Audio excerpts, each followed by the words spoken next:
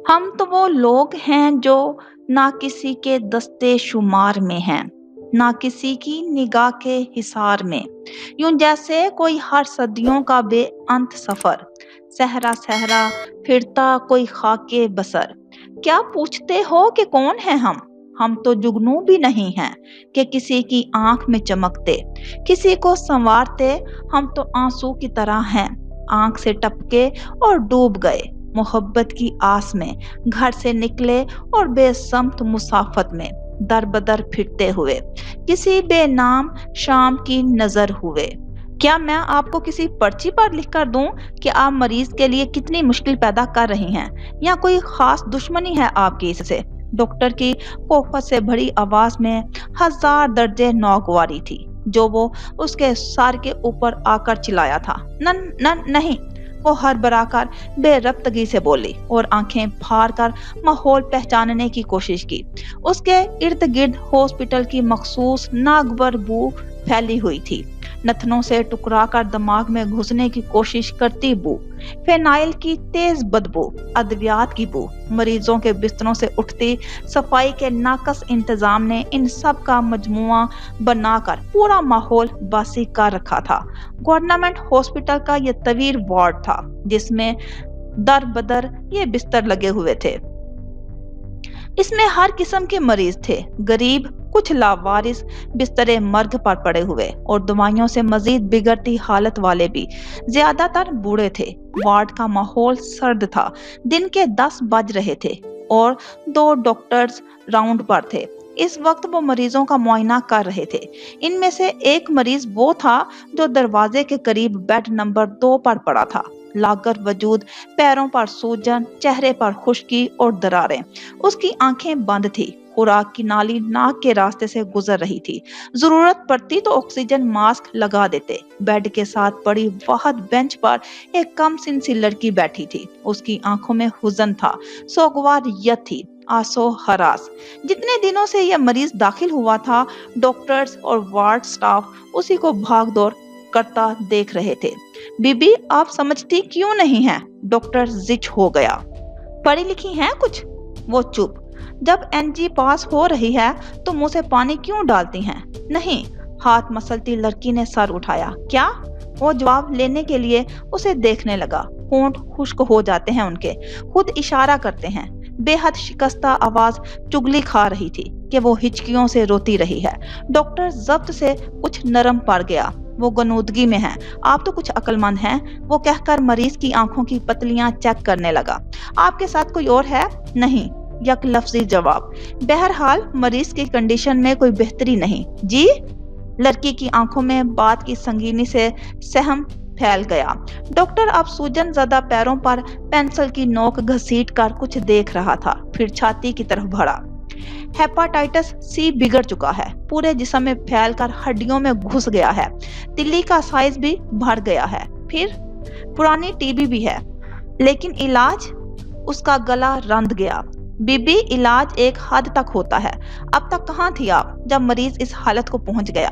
वो एक नजर उस पर डालकर मरीज की सबज फाइल पर एक आध दवाई का इजाफा करने लगा, फिर मुड़कर वार्ड बॉय को कुछ कहा जिससे वो ड्रिप तैयार करने लगा। सुबह शाम यही हो रहा था, लेकिन नतीजा सिफर। लड़की के वजूद पर लर्जिश तारी हो रही थी। अल्लाह से दुआ करें और अगर हो सके तो किसी बड़े को बुलवा लें, डॉक्टर ने मुखलसाना मशवरा दिया तो वो कपकपाती आवाज बामुश्किल निकाल पाई। मेरा कोई नहीं है।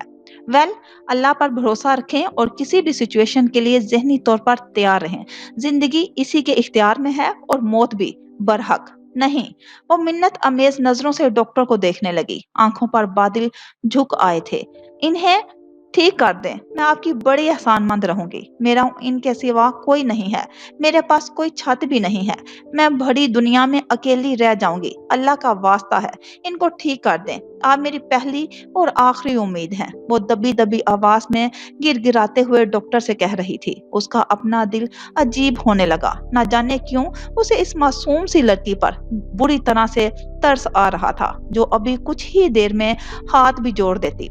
हमारे इख्तियार में कुछ भी नहीं है ना, हम भी अपनी सी कोशिश कर रहे हैं। लेकिन वो कुछ कहते कहते भी चुप हो गया। शायद वो चाहता था कि वो आने वाले वक्त ہمت پکڑے کیونکہ مرض بے قابو ہو چکا تھا، لیکن اس حقیقت سے وہ بری طرح زخمی ہو رہی تھی۔ بس آپ دعا کریں، اللہ آپ کے والد کو شفا دے دے۔ میرے کوئی والد نہیں ہیں۔ آنکھوں میں تیرتے بادل پوری طرح سے برس رہے تھے۔ شوہر؟ یہ میرے شوہر ہیں، وہ کہہ کر آنکھیں میچے سسکیاں دبانے کی کوشش کر رہی تھی، جبکہ اس کے جواب پر ڈاکٹر ہکا بکا ہو کر اس کی صورت تکتا جا رہا تھا۔ بہت سے مریضوں کے لیے یہ رونا دھونا عام سی بات تھی، لیکن وہ تو اس کم سن سی لڑکی کو دیکھ رہا تھا جو حسن و جوانی میں مکمل تھی اور عمر میں تو اس سے بھی چھوٹی۔ وہ ایک بستر مرگ پر پڑے بوڑھے آدمی کو اپنا شوہر بتا رہی تھی اور اس کے لیے رو رہی تھی۔ ڈاکٹر کچھ کہے بغیر وہاں سے چلا گیا تو وہ دوسرے بستر سے اٹھتے شخص کو اس لڑکی کی سسکیاں سنائی دی۔ یہ خضر تھا جو بے اختیار اسے دیکھنے پر مجبور ہو گیا۔ وہ ایک اجنبی لڑکی کو مخاطب نہیں کرنا چاہتا تھا، مگر اس کا دل چاہا کہ اس لڑکی کی مخاطب کر کے پوچھے کہ کیا اسے کسی کی مدد کی ضرورت ہے۔ وہ اب چہرے سے آنسو صاف کرتی بار بار ادھر ادھر دیکھ رہی تھی، جیسے اجنبیوں کی بھیڑ میں شرمندگی مٹا دینا چاہتی ہو۔ خضر کے لیے یہ چہرہ بالکل اجنبی تھا، لیکن کہیں کچھ تھا، ہلکی سی چھایا، چہرے کے کچھ بولتے نقوش، جیسے اس سے ملتا جلتا چہرہ وہ پہلے دیکھ چکا ہو۔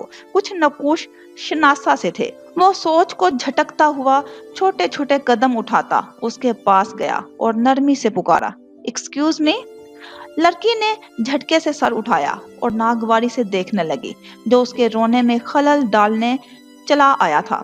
روئی روئی آنکھیں اب بھی تک خضر پر جمی تھی کہ وہ کیا چاہتا ہے۔ کیا آپ کو کسی کی مدد کی ضرورت ہے؟ خضر نے پھر نرمی سے پوچھا، لیکن اس کی آنکھوں میں کاٹ اتر آئی تھی۔ ہرگز نہیں، بلا کے تیکھے لہجے میں کہہ کر وہ سختی سے دوسری سمت دیکھنے لگی کہ کہنے والا کوئی دوسرا سوال نہ کر سکے۔ کیا وہ جانتی نہیں تھی کہ اجنبیوں پر بھروسہ کرنا کیسے خود مصیبت کو دعوت دینے کے مترادف ہے؟ جیسے حالات تھے وہ اکیلی ضرور تھی، لیکن کسی موقع پرست کی بھینٹ نہیں چڑھنے والی تھی۔ آج بہت مصروف ہوں یار، مدیرہ پچھلے 2 روز سے کال کر رہی ہیں کہ قسط بھیجنے کی آخری تاریخ بھی آخری سانسیں لینے پر ہے۔ پرچہ لیٹ ہونے پر بہت شور مچتا ہے، مگر کیا کروں، اس دفعہ کی قسط کا کچھ ٹیمپو ایشو آ رہا ہے۔ تمہاری بہن کے بقول اس دفعہ زیادہ صفحات دینے ہیں تاکہ پڑھنے والے پورا لطف لے سکیں اور اگلے ماہ کے انتظار میں کہیں ربط میں کمی نہ محسوس ہو، لہذا ٹائپنگ میں وقت لگ رہا ہے۔ شمائلہ نے جمائی روکنے کے لیے اپنی زبان کو بریک لگائی اور بال سمیٹنے لگی۔ ثانیہ نے دیکھا کہ وہ سچ کہہ رہی تھی، کیونکہ اس کا بے ترتیب حلیہ اسی مصروفیت کی چگلی کھا رہا تھا۔ مدیرہ بیچاری کہتی ہوں گی کہ کس نکمی رائٹر سے واسطہ پڑ گیا ہے جو وقت پر قسط بھی نہیں بھیج پاتی۔ ثانیہ اپنی ہی بات پر ہنسی سے لوٹ پوٹ ہو گئی۔ جی نہیں، اس نکمی رائٹر کی بہت اہمیت ہے اور وہ خوش بھی ہیں اس سے اور مہربان بھی۔ یہ تو اپنے منہ میاں مٹھو والی بات نہیں ہوگی۔ خبردار، تم پر بھی سیمی کا رنگ چڑھتا جا رہا ہے۔ یاد رکھو تم اپنی بڑی بہن سے مخاطب ہو۔ شمائلہ کی آنکھیں نکالنے پر وہ شریف بن گئی۔ چلیں پھر، آپ کیوں سنتی ہیں سیمی کی بات؟ ایسا بھی کیا ضروری ہے کہ آپ اپنے باقی سارے کام صرف اسی کے لیے چھوڑ دیں؟ صحت بھی تو ضروری ہوتی ہے نا؟ سچ کہا مائی ڈیئر، شمائلہ نے پچکارا، لیکن وہ بھی صحیح کہتی ہے، اس لیے کبھی کبھار اس کی بات مان لیتی ہوں۔ آخر دوستی میں اتنا تو چلتا ہے نا۔ بس میں یہ آج رات تک مکمل کر کے میل کر دوں گی اور آئندہ میری توبہ کبھی عین وقت پر کام شروع کروں۔ اب وقت سے پہلے ہی تیار رکھوں گی۔ ہر انسان ایسی صورت میں اسی قسم کی قسمیں کھاتا ہے۔ ثانیہ نے ہنس کر اسے اطلاع دی تو شمائلہ بھی بے اختیار مسکرا دی۔ جینیس! ثانیہ کی مسکراہٹ اور بھی گہری ہو گئی۔ گلابی گالوں میں گھڑے سے بن گئے تھے جن کے بھنور میں کوئی بھی گم ہوتا جائے۔ چلیں، آپ یہ کچھ صفات سنبھالیں۔ ایک اور کامیاب ناول کی مبارکباد۔ میں چلتی ہوں۔ وہ بکس آ جائیں تو سیمی آپی کو دے دیجیے گا۔ شور! کل شمریز نے شہر جانا ہے، آ جائیں گی۔ شمائلہ نے سر ہلایا اور ثانیہ کے جانے سے پہلے کچھ یاد آنے پر پکارا، اور ہاں، سیمی سے کہنا کل لازمی گھر آئے، صبح جلدی، اوکے؟ جی ٹھیک، ثانیہ کہہ کر باہر نکل آئی۔ وہ شمائلہ کی دی ہوئی کتابیں واپس کرنے آئی تھی اور کچھ نئی کتابوں کا مشورہ دیا۔ شمائلہ کتابیں منگواتی اور سیمی اس کے پڑھنے کے بعد خود بھی مطالعہ کرتی تھی، اس لیے شمائلہ اس کی فرمائش پر بھی کتابیں لے آتی تھی۔ باہر صبح طلوع تھی۔ راج ہنس کے پنکھ جیسی سفید و بے داغ صبح بے حد خوشگوار تھی۔ तीखी चमकीली धूप मुख्तसर से अरसे में घास के खेतों के तमाम लिबास खुश्क करने में कामयाब हो गई थी। सूरज निकलने से पहले रिमझिम से सफेद गुलाबों पर चमकते सितारे भी अब तप्श की कोख में जा सोए थे। मतला साफ होने पर धरती यूं चमक रही थी कि आंखें चुंधियाती थी। कुछ जमीनें जो मौसम बदलने पर नई काश्त के लिए खाली थी, उन पर हल चलाते ट्रैक्टर्स सुबह ही काम शुरू कर चुके थे और नुकीले दांतों से जमीन को चीरते हल के पीछे लपकते पीली चोंचों वाले परिंदों की चहचहाहटें, ट्रैक्टर पर चलते गाने की आवाजें दूर से सुनाई दे रही थी।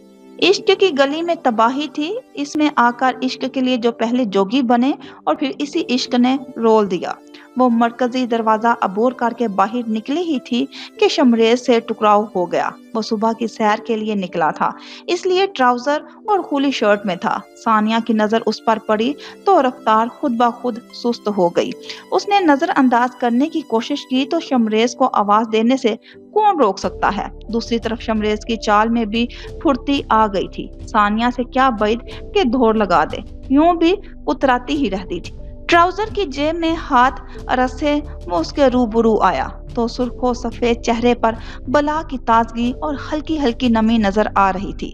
सानिया ने कभी रौनक को उसके चेहरे से जुदा होते नहीं देखी थी। ताहम एक खास चमक, मीठी मीठी मुस्कान और बोलती आंखें, हजार जावियों से अनगिनत जज्बे बयान करते चेहरे के रंग, और वो यकीन से नहीं कह सकती थी कि ये रंग उसकी शख्सियत का खासा है या उसे देखकर बेइख्तियारी कैफियत में उमड़े चले आते हैं। वो आए हमारे घर और चल भी दिए। इंसान किसी का इंतजार भी कर लेता है। रोशन आंखें उस पर जमा कर वो उसका इम्तिहान लेने लगा। इम्तिहान देने वाली घबरा घबरा गई। उसकी पलकें निगाहों के पहरेदार हो गई थी। मैं एक काम से आई थी, हो गया तो? उसे समझ नहीं आया क्या कहे, यही कह सकी। शमरेज घूर कर देखने लगा। देखता रहे, वो कौन सा देख रही है। सानिया ने जी कड़ाया। काम के बगैर कभी भूले से आ जाओगी तो कैद हो जाएगी या गुनाह होगा। उसकी बच्चों जैसी खुफगी पर सानिया सादगी से हंस दी। अक्सर आ जाती हूँ, अपने घर में भी बहुत काम होते हैं।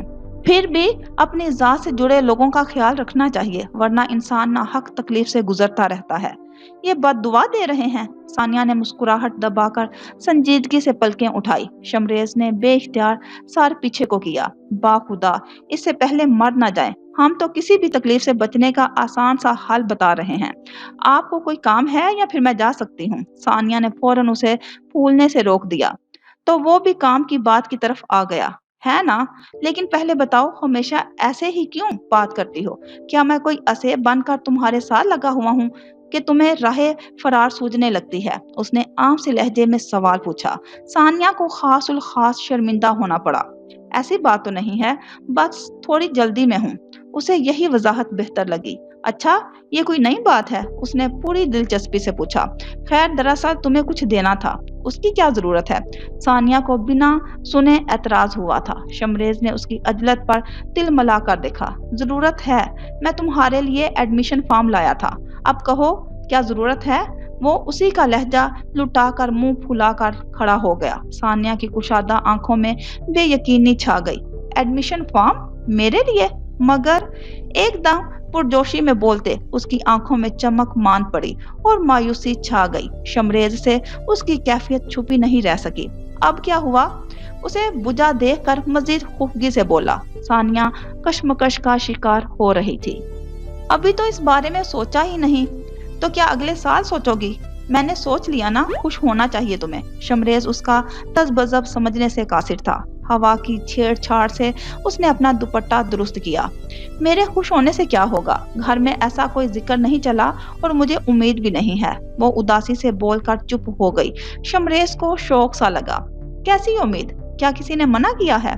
अब्बा ने सिर्फ मैट्रिक तक की इजाजत दी थी, वो आगे पढ़ने नहीं देंगे। अदारे भी तो दूर पड़ेंगे ना।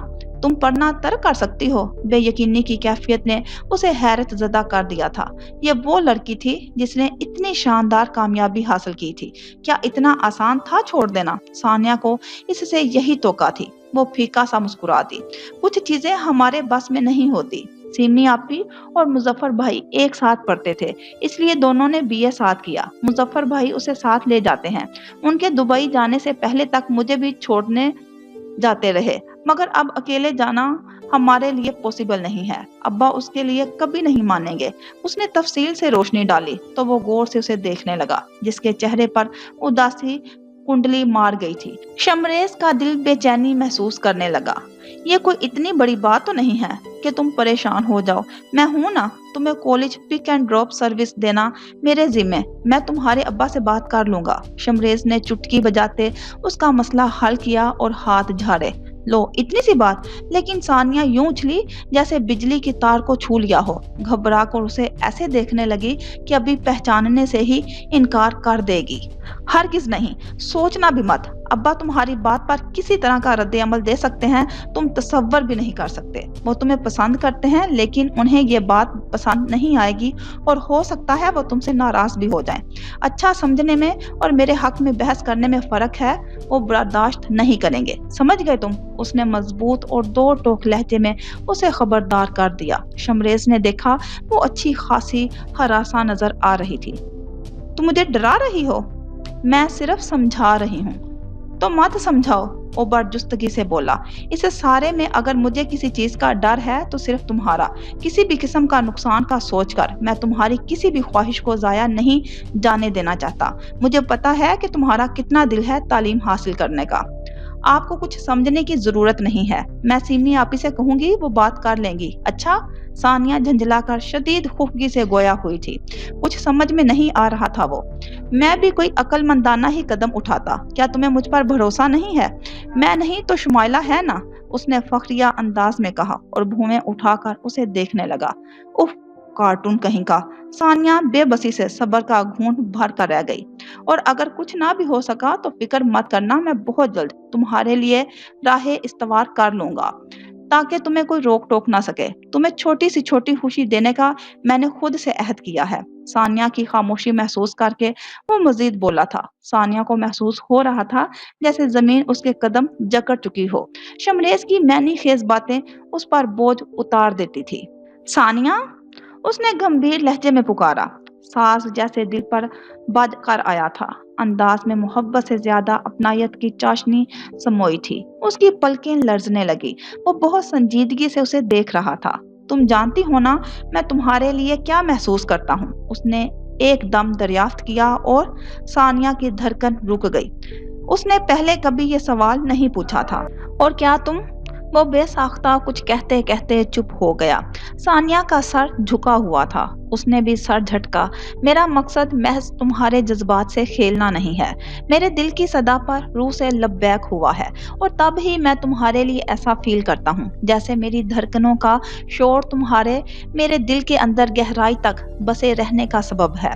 मैंने कभी तुम पर वो सब आश्कार नहीं किया जो मेरे अंदर तलातुम पैदा करता है, क्योंकि अभी इस सब का वक्त नहीं है। लेकिन मैं ये भी चाहता हूँ कि तुम हमेशा मेरा ही सोचो। जबरदस्ती का तो मैं कायल ही नहीं, और यकीन करो तुम्हारी मर्जी भी जरूर मालूम करूंगा।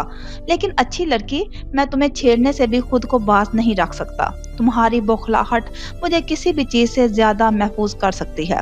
और तुम वो लड़की हो जिसे मैंने अपने बहुत कम उम्र में अपने घर चलते फिरते देखा है। और तुम्हारा चेहरा, तुम्हारी मौजूदगी मेरे मजाज पर जलती जमीन पर अचानक बारिश की मानित असर करता है। मुझ पर इख्तियार ही नहीं रहता, मैं खुद ब खुद तुम्हें तंग करने लगता हूँ। वो कान खुजाकर मजबूरी से सानिया की तरफ देखने लगा। लबों की तराश में दिल फरेब मुस्कुराहट जगमगा रही थी। उसके दिल ने आजुर्दगी की। इस बेचारी शख्स को नजर उठाकर देख ले जो बच्चों जैसी खुशी का इजहार कर रहा था। इस प्यारे शख्स को जो उसे पूरी ईमानदारी से इज्जत भी देता था, लेकिन नजरें दिल की बगावत के खिलाफ चली गई। वो लम्हाती कैफियत के हसार में बह नहीं सकती थी। वो वाकई बहुत अच्छा था, हर लिहाज से चाहे जाने के काबिल। लेकिन वो ये नहीं चाहती थी। चांद सूरज से आंखें चार करने की जुर्रत करता है तो दिल भर के लिए फना हो जाता है। वो तो लड़की थी, जीवन भर के लिए अपना वजूद खो बैठती। खुद पर काबू पाते हुए उस पत्थर की मूर्ति में जैसे हरकत के आसार नजर आए, वो तेजी से पलटी। शमरेज ने उसे नहीं पुकारा, जाने दिया। वो हमेशा की तरह खामोशी से जा रही थी, लेकिन आज उसकी कैफियत पहले से मुख्तलिफ जरूर हुई थी। पहले वो कुतरा कर निकल जाती थी, सोच झटक देती, ख्याल से हाथ छुड़ाती, मगर आज एक खुशगवार झोंका था जो उसे महसूस करा रहा था कि पहले तो पता नहीं, लेकिन आज शमरेज के लिए उसके दिल का दरीचा खुलने का इशारा दे रहा था। बहार की पहली लहर जैसा वो खुशगवार झोंका, वो सिर्फ अव्वलीन मोहब्बत का होता है। मोहब्बतें और फलसफे कभी कदीम या जदीद नहीं होते, हम बदल जाते हैं। मोहब्बतें फिल्मों की तरह कामयाब या फ्लॉप होती हैं, और फलसफे हमारे साथ ही सुरमा ख्वाबी में चले जाते हैं। हम जो खुद फरेबी का शाहकार हैं, समझते हैं कि अमर हो गए हैं, हालांकि हमारी मौत का इंतजार किए बगैर दूसरे हमारी जगह ले लेते हैं। नसीर अहमद। जो ही सख्ता टूटा, परिंदे सहम गए। हाकिम के सर्द पथरीले तासुरात ने ताजवर को हवास बाख्ता कर दिया था। तेज कदमों से धुमक पैदा करता वो पल भर में उनके सर पर पहुंच चुका था। ताजवर को वक्त के गलत होने का शिद्दत से एहसास हुआ। उन्हें इस वक्त यहाँ नहीं होना चाहिए था। ओह, तो ये चक्कर था सारा। बैठकर मिठाइयाँ खाई जा रही हैं। उसके तंजिया वार को वहां मौजूद दो लोगों ने खामोशी से सहा। वो लोग तो समझे ही ना थे। खाला ताजवर को देखे, दस्तगीर हाकिम को। ना कोई सलाम हुआ, ना दुआ। ताजवर ने आगे आकर पहल की। हाकिम आराम से।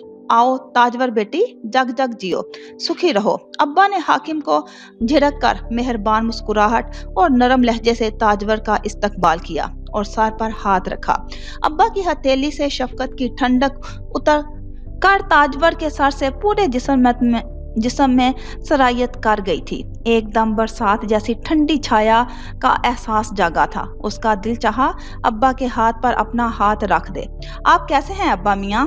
ताजवर की आवाज खुशी के बाढ़ से भीग गई थी। हाकिम ने बेजारी से उसकी बात सुनी। आप मुझे टाल नहीं सकते। मौलवी चचा, ये यहाँ क्या कर रहे हैं? मैंने कहा ना तुमसे हाकिम। आपके अब्बा की आवाज में भी सख्ती उतरी थी। जाने किस दिल से बात कर रहे थे।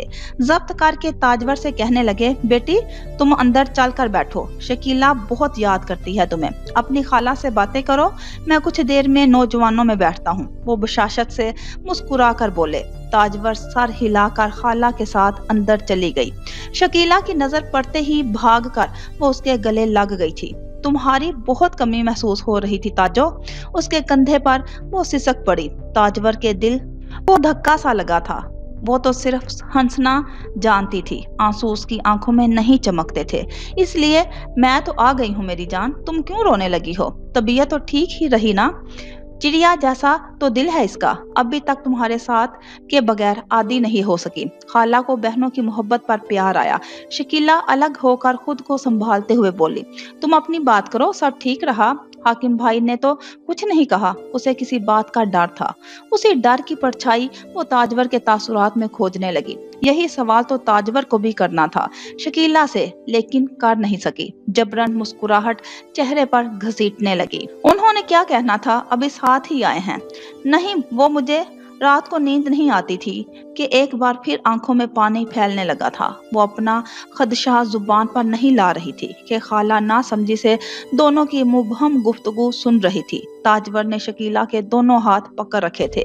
कुछ कहने से पहले वो मुड़कर बाहर देखने लगी, जहाँ की आवाजें अंदर तक आ रही थी। उठो तुम भी, मुझे चचा से अकेले में बात करनी है। हाकिम ने चुटकी बजाकर उंगली के इशारे से उसे उठने दफा होने को कहा। दस्तगीर को उसके हद तक अमेज तर्ज पर एकदम शर्मिंदगी महसूस होने लगी। हाकिम, ये क्या तरीका है? आराम से बैठकर जो बात है करो। दस्तगीर घर का बच्चा है। अब्बा मियाँ ने एक बार फिर सरजनिश की। हाकिम ने ससुर की बात पर खून के कड़वे घूंट हलक से उतारे। किसके घर का? वो तमस्कर से बोला। दूध पीता नन्हा बच्चा। दस्तगीर खुफत ज़दा सा उठ खड़ा हुआ। हाकिम भाई बैठो तुम, कोई मसला नहीं, मैं अंदर चला जाता हूँ। कौन भाई? मुझे शौक नहीं हर किसी से बेताल्लुक रिश्ते बनाने का। और क्यों जाओगे तुम अंदर? किस हक से? शर्म नहीं आती तुम्हें? उसके एकदम करख्त लहजे और सख्त अल्फाज ने दस्तगीर को दम बखुद कर दिया था। हाकिम का बेसबब खुरदरापन उसके लिए नाकाबिले फहम था। किस बात की शर्म? क्या मेरा कोई रिश्ता नहीं बनता हाकिम? मेरे खालू और जो रिश्ता बनता है इसकी हकीकत से भी मैं अच्छी तरह वाकिफ हूँ। अगर खालू माना होता तो पीठ पीछे बदकारी का छुरा ना घूमते। उसने अपने अंदर उबलता जहर बाहर उगल दिया। दस्तगीर को इस वक्त यहाँ देख कर ही उसका जब्त जवाब दे रहा था। दस्तगीर का जवाब सुनते ने तक अब्बा को चुप रहना दुबर लगा। हाकिम, मैं कहता हूँ खामोश हो जाओ। मैं खामोश ही रहना चाहता हूँ, लेकिन ये आप हैं जिसके दोगलेपन ने मुझे आवाज बुलंद करने पर मजबूर कर दिया है। ये तुम क्या वाहियात बक रहे हो? दस्तगीर को शौक लगा। उसका पहले भी हाकिम के साथ कोई दोस्ताना नहीं था, मगर वो उसके इस रूप से आगाह नहीं था। दस्तगीर, जाओ तुम अंदर। अब्बा को लगा दोनों अभी लड़ जाएंगे। कम अज कम हाकिम के तेवर उन्हें डरा रहे थे। नहीं मौलवी खालू, मैं सुनना चाहता हूँ, क्या है आखिर हकीकत हमारे रिश्ते की? वो अब हाकिम की आंखों में देख रहा था। अच्छा? नफरत के लबों से उबली हंसी ने हाकिम के चेहरे को मसख कर दिया था। जाओ, मैं तुम्हारे मुंह नहीं लगना चाहता। उसके लिए जरूरी था कि पहले अपना मुंह बंद रखते। जवाब देना सबको आता है, फर्क सिर्फ तहजीब व शराफत का होता है। शराफत? हाकिम ने उसकी बात पकड़ी। तुम 2 टके की इंसान, तुम बात करोगे शराफत की? जिसकी अपनी जात गलीज दागों के अनमिट निशानों से मसक है, तुम हाकिम के सामने बोलोगे? औकात क्या है तुम्हारी? हाकिम की धार ने दरख्तों के सारे परिंदे भी उड़ाए और अंदर खड़ी ताजवर के हाथों के भी। वो कपकपा कर रह गई थी। खाला बेख्तियार उठकर चौखट में आई। ये क्या हो रहा है ताजो? तुम्हारा कोई झगड़ा हुआ है? खाला उसे मुखातिब करके परेशान सूरत देखने लगी। शकीला ने ताजवर का रुख मोड़ा। हाकिम भाई पहले भी बहुत तमाशा करके गए हैं। वो खौफजदा हो रही थी, बहुत बुरे इल्जाम लगाकर। इल्जाम? ताजवर के दिल में सा मुंह का कांटा पेवस्त हुआ। वो बेयकीनी से शकीला को देखने लगी। अब्बा मियाँ सह नहीं पाएंगे रोज रोज का झगड़ा। ताजो, हमारे घर की इन कच्ची दीवारों को तो ऊंची हंसी सुनने की भी आदत नहीं है। अब्बा कैसे बर्दाश्त कर रहे होंगे? वो सर झुकाकर रोने लगी। खालू के वजूद को दोनों फरामोश कर चुकी थी। और ये सब मेरी वजह से हो रहा है। रोते रोते उसने पलकें उठाई। ताजवर साकत सी खड़ी हुई थी। अब्बा को जिस पर एतराज है हाकिम भाई, वो बात खातिर में नहीं ला रहे। मुझे एतराज नहीं है ताजो। अब्बा, तुम जो फैसला करो मुझे मंजूर होगा। तुम खुद को कसूरवार मत समझो शकीला। अब्बा जो फैसला करेंगे सोच समझ कर करेंगे, लेकिन इसमें तुम्हारा घर भी खराब हो रहा है ताजो। मैं नहीं चाहती कि वो तुम्हें कुछ कहें। अगर मेरी वजह से तुम्हारे लिए मुश्किलात खड़ी हुई, तुम मेरे लिए कुर्बानी दोगी? ताजवर फीका सा मुस्कुराई, हालांकि उसका दिल उदासी की दबीज चादर में धंसता जा रहा था। खुशी खुशी, मैं सच कह रही हूँ ताजवर। वो सच कह रही थी। उसके चेहरे पर बच्चों जैसा शफाफ सच चमकने लगा था। ताजवर का दिल पिघलने लगा। वो अपनी ही बहन को अपने लिए कुर्बान कर सकती है। उसकी जिंदगी में पुरपेच मोड़ चल रहे थे, उलझे रास्ते, बिगड़ते रिश्ते, लेकिन वो खुद गर्ज थी क्या कि इन्हीं मुश्किलों में उसे भी घसीट लेती। तुमसे अच्छी उम्मीद कैसे थी मुझे? कुछ देर के फैले सकूत में दस्तगीर के मलामती लहजे ने ही छेद डाला। उसकी आंखों में हाकिम के लिए कराहत झलक रही थी। निकले ना तुम भी अपने भाई की तरह, वो किरदार में ऐसा और तुम सोच में। दस्तगीर का वार कारी था। हाकिम का दिमाग घुमा। उसने जो समझा वो अपने मैनी समेत बहुत कुछ उस पर खोल गया था। तो तुम थे वो? मैं पहले ही क्यों नहीं समझ गया? तुमने मेरे भाई के खिलाफ ये जहर भरा है। दस्तगीर, वो घराता हुआ दस्तगीर की तरफ बढ़ा और उसके गिरेबान से पकड़कर इतने जोर से झंझोड़ कर उसके कदम जमीन से उखड़ गए थे। मौलवी हयात की आवाज भी हाकिम के शोर में जमीन पर गिरी सुई की मानिंद बेआवाज गई थी। तुमने अपना मतलब निकालने के लिए मेरे भाई पर कीचड़ उछाला। तुम जैसा नीच इंसान ऐसा ही कर सकता है। जब तुम जानते थे कि शकीला हमारे घर की इज्जत है, तुमने इस पर गलीज निगाह डालने की जुर्रत भी की कैसे? तुम्हें तो मैं ये वो सबक सिखाऊंगा कि देखने लायक नहीं रहोगे। उसके 2-3 थप्पड़ों ने दस्तगीर को संभलने का मौका ही नहीं दिया था। उसका कॉलर एक तरफ से फट गया था। कमरों की तरफ से बाहर का मंजर देखकर तीनों के मुंह से दबी दबी चीखें बरामद हुई थी। हाकिम, दस्तगीर को छोड़ दो। अब्बा ने गजबनाक होकर हाकिम को पीछे से खींचकर परे धकेला। उनकी हड्डियों में इतना दम नहीं था कि इस फौलाद को परे कर देते, लेकिन दस्तगीर के लिए इतना सा मौका बहुत साबित हुआ। वो अब हाकिम को जवाब देने के काबिल हो चुका था। हाकिम, रुक जाएं। ताजवर ने बेकाबू सांसों के साथ कमजोर आवाज में इल्तजा की। हालात उसकी तवक्का से बढ़कर खराब हो गए थे। घटियापन जिसमें रच चुका हो वो छुपाए नहीं छुपता। मैं लानत भेजता हूँ तुम्हारे भाई पर। बातें करता फिरूं जो सारा जग जानता है वो मैं किसी को बताऊंगा। लेकिन एक बात तो साबित हो गई कि तुम लोग काबिल ही नहीं हो शकीला के, ना ही ताजवर के। इससे अच्छा था कि वो सारी जिंदगी इसी घर में रह जाती। दस्तगीर सुर्ख आंखों के साथ अब हाकिम का गिरेबान भी हाकिम से बढ़कर सख्ती से जकड़े कह रहा था। ताजवर ने आगे आकर दस्तगीर के कंधे पर हाथ रखा और तेजी से बोली, दस्तगीर, छोड़ो इन्हें, मैं कह रही हूँ, पीछे हटो। उसकी भराई आवाज पर दस्तगीर ने एक नजर उस पर डाली। शकीला चौखट में खड़ी लर्ज रही थी और झटका देकर 3 कदम दूर कर दिया। खाला दस्तगीर के आगे आकर सीने पर हाथ रखे अब खा जाने वाली नजरों से हाकिम को घूर रही थी। तुमने हद खत्म कर दिया हाकिम। अब्बा हाँफते कांपते बामुश्किल बोले। इस सारे तमाशे में शिद्दत जज्बा से उसके जिस्म पर लर्जिश तारी हो रही थी। एक नहायत गलत फैसला था जो मैंने पहले किया, बहरहाल दूसरा हरगिज नहीं करूंगा। उनके लहजे में कुछ था, वो कांपता नहीं था, चट्टानों सा सख्त था। ताजवर की सांस रुक गई। एक बाप के मुंह पर उसकी बेटी के किरदार पर कीचड़ उछालने के बाद तुम अगर सोच रहे हो कि लड़ झगड़ कर मुझे मजबूर कर दोगे तो तुम्हारी इस सोच को आज खत्म हो जाना है। इस मिठाई का पूछा था ना तुमने? उन्होंने एक नजर ताजवर पर डाली। वो चुपचाप उन्हें देखे जा रही थी। मैंने शकीला की बात दस्तगीर से तय कर दी है। अब तुम उल्टे भी लटक जाओ तो अपनी मुकर्ररा तारीख पर उसका निकाह भी होकर रहेगा, जुम्मे, अगले जुमे। उन्होंने बात नहीं की, गोया मंत्र फूंक दिया। तमाम नफूस अपनी जगह से हिल नहीं सके थे। शकीला ने दरवाजा थामा और दस्तगीर गूंग था। ये मिठाई वो जमीन खरीदने की खुशी में लेकर आया था। कुछ देर पहले तक जिस बात का शाइबा तक ना था वो अब ऐसी हकीकत बनकर ठोस वजूद समेत उनके दरमियान आ खड़ी थी जो बरसों ना टूट सकती थी ना अपनी जगह से हिलती। अब्बा के लहजे में जो कतियत थी वो लम्हाती हरगिज नहीं थी। हाकिम शल सा खड़ा देख रहा था। ये झूठ है सरासर।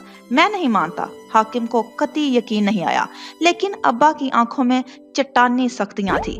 मैं जरूरी समझता भी नहीं कि तुम मानो। ये मिठाई इसी बात की निशानी है हाकिम, तुम लोगों ने खुद अपनी कदर मेरी नजरों से गिनवाई है। आप ऐसा नहीं कर सकते, आप ऐसा नहीं कर सकते। हाकिम ने सरगोशी की। उसके घुमंड का सूरज डूबने लगा। मुझे इनकार नहीं हो सकता। काजुम चिकनी मिट्टी पर चलते नंगे पैरों जैसा था, फिसलकर मुंह के बल गिरा। मुझे यकीन है मेरी बात में इतनी मजबूती जरूर होगी कि ये मेरे अटल इरादे को जाहिर कर दे। दूसरी सूरत में अगले जुमे तक इंतजार कर लो। आप भूल रहे हैं कि आपकी दूसरी बेटी भी मेरी दस्तरस में है। अगर शकीला की शादी कहीं और हुई तो इसका क्या करेंगे? हाकिम ने दुखती रग टटोली और मरोड़ दी। ये बाजी खेलने भी तो बाकी थी। वो तुम्हारी बीवी है, तुम्हारा उस पर हक है, लेकिन शकीला पर तुम्हारा हक नहीं है। अगले जुमे मैं इसे रुखसत कर दूंगा ताकि तुम मजीद ओछे हथकंडों से बाज रह सको। उनका लहजा ठंडा था, पुरसकून, जैसे तूफान के बाद ठहराव का समा होता है। वो जाने कैसा तूफान अंदर कैद किए हुए थे। मैं आपको सारी जिंदगी ताजवर की शक्ल नहीं देखने दूंगा। हाकिम ने चबा चबा कर अल्फाज अदा किए। अब्बा का दिल लर्जा। निगाहें ताजवर तक गई और ताजवर, वो निगाहें जमीन पर गाड़े खड़ी थी। वो अब्बा को नहीं देख सकती थी।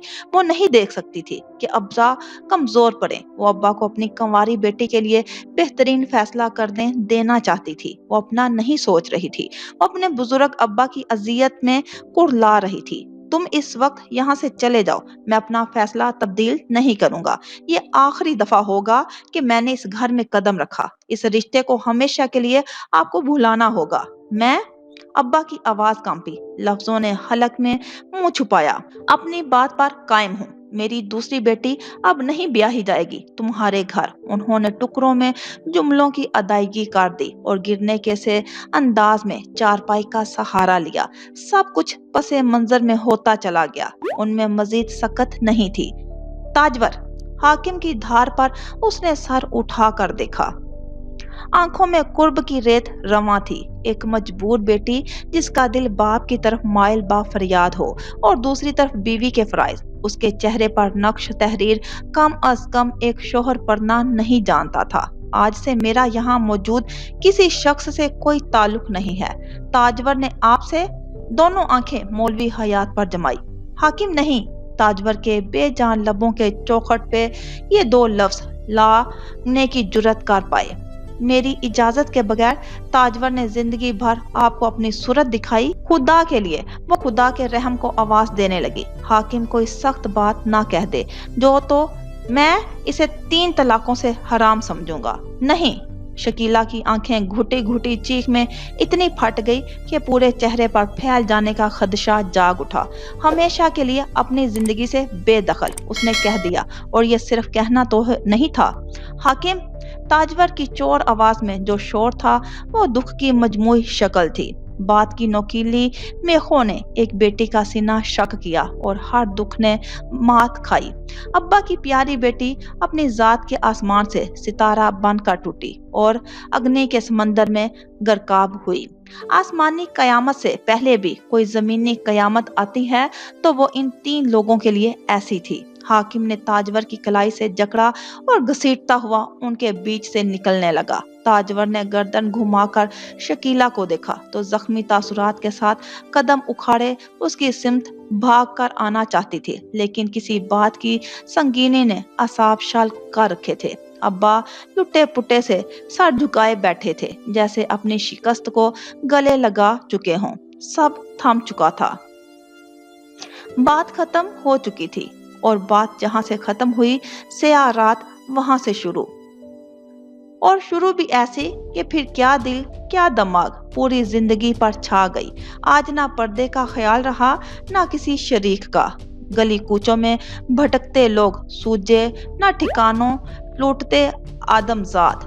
چند قدموں نے گلیوں کا فاصلہ پاٹا، ایک دھپ پر دروازہ کھلا اور ڈھلک ڈھلک جاتے دوپٹے سے برہنہ ہوتے سروالی کا وجود چکی کے 2 پارٹوں میں آ کر پسنے لگا۔ کالی آندھی، ہیبت ناک طوفان اور دیو جیسی طاقت کو اپنی رفتار سے مات دیتے اس انسان کی رگوں میں کوئی ایسا پارا دوڑتا تھا جیسے دیسی کالی مرچوں کے کھیت کوٹ کوٹ کر سونگتا رہا ہو اور اب یہ صفوف خون میں شامل ہو کر لاوا بن گیا ہو۔ حاکم کے مضبوط شکنجے میں جکڑی تاجور کی پتلی کلائی ناقابل برداشت گرفت کے سبب رگیں کھنچ گئی اور ہڈی ترخ ترخ گئی۔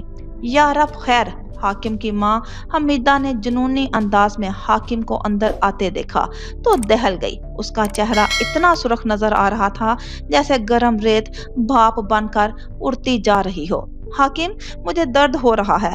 تاجور نے کراہ کر زبان کھولی، لیکن حاکم نے سنا نہیں۔ صحن عبور کر کے سب کو نظر انداز کرتے اس نے اپنے کمرے کا دروازہ لات مار کر کھولا اور تاجور کو فرش پر جتنی قوت سے پٹخا، ایک زوردار آواز کے ساتھ انسانی چیخ بھی گونج اٹھی تھی۔ کیا کہا تھا میں نے تمہیں؟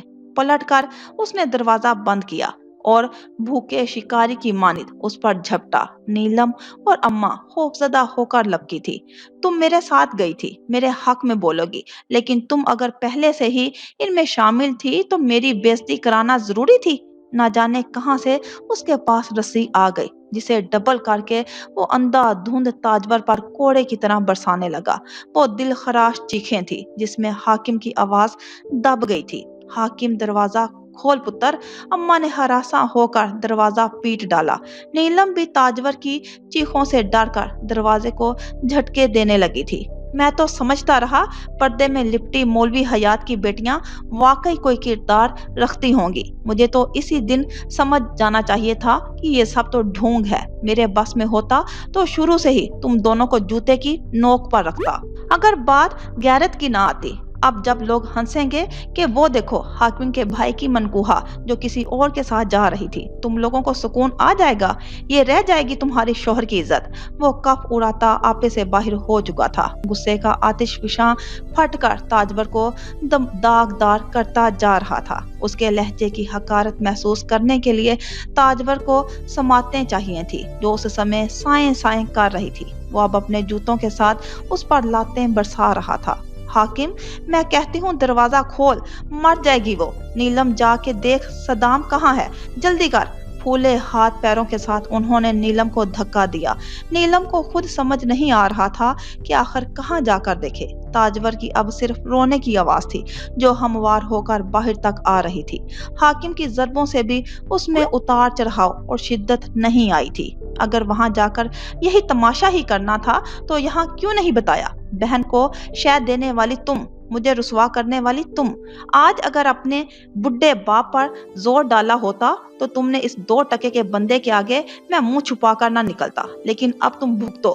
چھوڑوں گا تو نہیں تمہیں، ایک ایک چیز کا حساب تم دو گی، ساری زندگی تمہیں نہیں ملنے دوں گا کسی سے، ترسیں گے سب۔ پھر احساس ہوگا کہ کس مرد سے واسطہ پڑا تھا۔ کتنی دیر تک وہ چپ چاپ مری چھپکلی کی طرح زمین پر چپٹی رہی، کتنا وقت حاکم اپنے مرد ہونے کا احساس جگا کر اسے زخم لگاتا رہا۔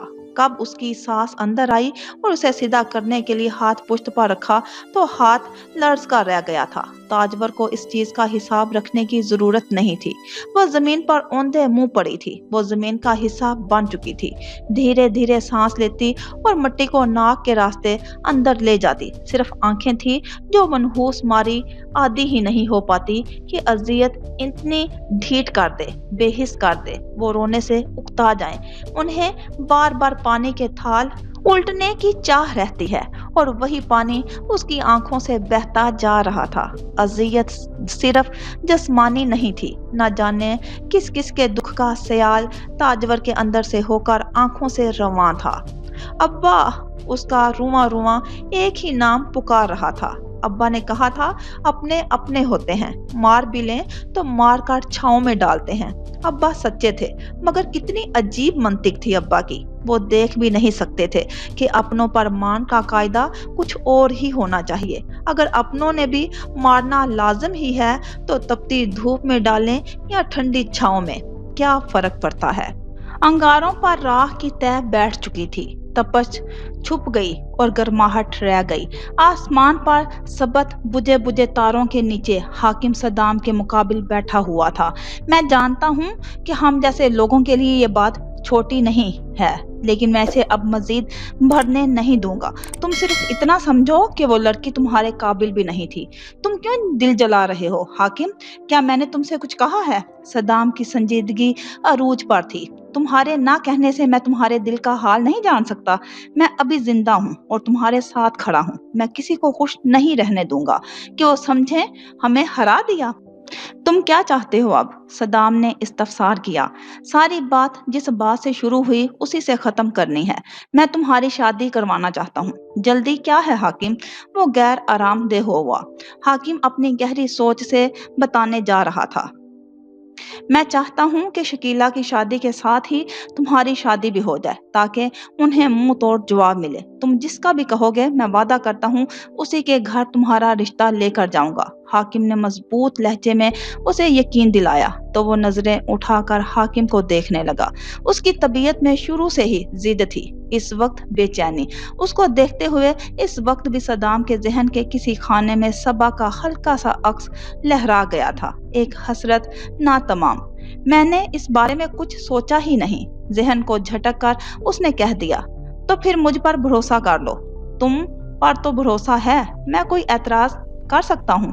صدام کی بات نے حاکم کے لبوں پر مسکان بکھیر دی تھی۔ وہ فخر سے کھڑا ہوا اور صدام کو گلے لگا لیا۔ میرا بھائی ہیرا ہے، وہ لوگ واقعی تمہارے قابل نہیں ہیں۔ بغل گیر ہو کر حاکم نے یہ بات اس سے کہی۔ صدام کو خوشی ہوئی تھی۔ میں چلتا ہوں اپنے ڈیرے پر، رات ہو گئی ہے، آج یہی رک جاؤ۔ اندھیرے میں کیسے جاؤ گے؟ حاکم کو فکر ہوئی۔ آج رات پانی کی باری ہے، فکر مند نہ ہو، سیدھا راستہ تو جاتا ہے۔